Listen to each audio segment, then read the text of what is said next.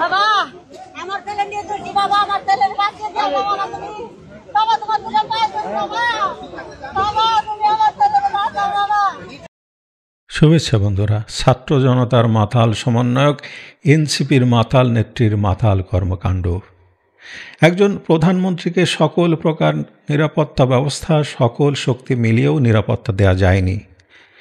এরপর জঙ্গি উগ্রবাদী গোষ্ঠী মুক্তিযুদ্ধ বিরোধী শক্তি বাংলাদেশটাকে দখল করেছে। এরপর হামলার শিকার হচ্ছে কারা কারা নয়। জনগণ এখন জিম্মি, বাংলাদেশ এখন জিম্মি। হত্যা, ধর্ষণ, লুটপাট, অগ্নিসংযোগ, মুক্তিযুদ্ধের সকল চিহ্ন গুড়িয়ে দেয়া, পুলিশ হত্যা, কলকারখানা ধ্বংস, মানুষের কাজ নেই, ব্যাংক লুটপাট, অর্থনীতি ধ্বংস, এসব চলছেই। শেখ হাসিনার দল আওয়ামী লীগকে নিধনের চেষ্টা চলছে। বাংলাদেশের আকাশে কালো ধোঁয়া, বাংলাদেশের বাতাসে লাশের গন্ধ, ঝোড়ো হাওয়ায় সংখ্যালঘুদের আর্তনাদ, শ্বাসরুদ্ধ হয়ে আসছে ক্রমশ, মারা যাচ্ছে বাংলাদেশ। আমরা একে একে দেখতে পাবো কয়েকটি ভিডিও ফুটেজ, ঘটনাগুলো তুলে আনার চেষ্টা করব। গুলশানে একটি বারের সামনে মাতাল অবস্থায় ন্যাশনাল সিটিজেন পার্টি এনসিপির নারী নেত্রী ও সমন্বয়ক মারামারি করতে করতে শাড়িটাই খুলে ফেলছে। আর মেধাবী মাতাল এই নেত্রী অশ্রাব্য ভাষায় গালিগালাজ করছে। এরা ডলারে চালিত আন্দোলনের লালবদর, এরা 24-এর রাজাকার, এরা জঙ্গি জিহাদিদের দোসর, এরা লুটপাটকারী, এরা রক্তপিপাসু, এরা মদ ও যৌনতায় মত্ত থাকে। এদেরকে প্রত্যাখ্যান করেছে মানুষ। সমন্বয়ক বললেই গণধোলাইয়ের শিকার হবেন বা হচ্ছেন। এদের ডাকে 10 জন মানুষও আর আসে না। এদেরকে চিনতে পেরেছে মানুষ। এদের মদ ফুর্তির পয়সা আসে লুটপাট থেকে। মাতাল হাওয়ায় সমন্বয়ক নেত্রীর শাড়ি লুটিয়ে পড়ে ধুলায়। আরও একটি ভিডিও ফুটেজ থেকে আমরা দেখতে পাচ্ছি 19 এপ্রিল সন্ধ্যায় বনানীর একটি প্রাইভেট ইউনিভার্সিটি ক্যাম্পাসে কয়েকজন অজ্ঞাত সন্ত্রাসী ঢুকে এক শিক্ষার্থীকে হত্যা করে চলে যায়।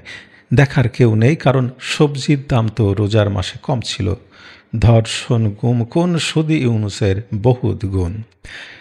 প্রাইভেট ইউনিভার্সিটিতে রাজনীতি নিষিদ্ধ থাকলেও নিষিদ্ধ জঙ্গি সংগঠন তৎপর এখানে। এসব শিক্ষা প্রতিষ্ঠান থেকে জঙ্গি সৃষ্টি হয়। সমাজের দুর্নীতিবাজ পিতার সন্তানেরা 24-এর ষড়যন্ত্রের আন্দোলনে ডলারের বিনিময়ে ভাড়া খেটেছে এরা। এদের কোনো দেশপ্রেম নেই দেশের মানুষের প্রতি কোনো ভালোবাসা।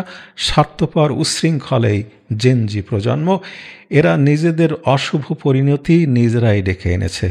এদের জন্য একরাশ সমবেদনা। আমরা আরও একটি ভিডিও ফুটেজ দেখব।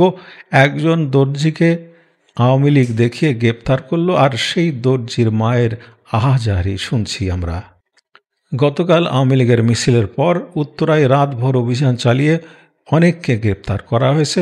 তাদের মধ্যে এই মায়ের সন্তানও রয়েছে। এই মায়ের সন্তান দর্জির কাজ করে। পুলিশের দাবি, গতকালকের মিছিলের ছবিতে নাকি ছেলেটাকে দেখা গেছে, কিন্তু ছেলেটার মা বলছে সে কোনো দলীয় রাজনীতির সাথে জড়িত নয়। ছেলেটা যদি আওয়ামী লীগের মিছিলে থেকেও থাকে তাহলে রাষ্ট্রের কোন আইনে তাকে গ্রেপ্তার করা জায়েজ? এই মা যখন অসহায়ের মতো আহাজারি করছিল তখন তাচ্ছিল্যের হাসি দিয়ে স্বরাষ্ট্র উপদেষ্টা দম্ভের সাথে গাড়ির গ্লাস লাগিয়ে চলে যায়। এভাবেই চলছে নতুন বাংলাদেশ। যারা মব তৈরি করে লুটপাট, ভাঙচুর, চাঁদাবাজি করছে তারা সগৌরবে বুক ফুলিয়ে ঘুরে বেড়াচ্ছে। আর যারা শান্তিপূর্ণ মিছিল করছে তাদেরকে বিনা অপরাধে গ্রেপ্তার করা হচ্ছে। এই স্বরাষ্ট্র উপদেষ্টা একজন সন্ত্রাসী, মব সন্ত্রাসীদের নেতা। বাংলার মানুষের নিরাপত্তা দিতে পারে না। খুনি ও ধর্ষকদের রক্ষাকর্তা এই উপদেষ্টা এখন পুলিশকেও ধমক দিচ্ছে। কোন আইনের বলে আওয়ামী লীগের মিছিলকারীদের গ্রেপ্তারের জন্য পুলিশকে বাধ্য করছেন? সন্ত্রাসীর তো আইন মানার প্রয়োজন পড়ে না। পুলিশ কেন এই অবৈধ উপদেষ্টার অবৈধ নির্দেশ পালন করবে? কি ভাবছেন আপনি নিরাপদ? আপনিও লালবদরদের দিন শেষ হয়ে আসছে। কি করবেন এখন? পালাবেন? ধন্যবাদ বন্ধুরা।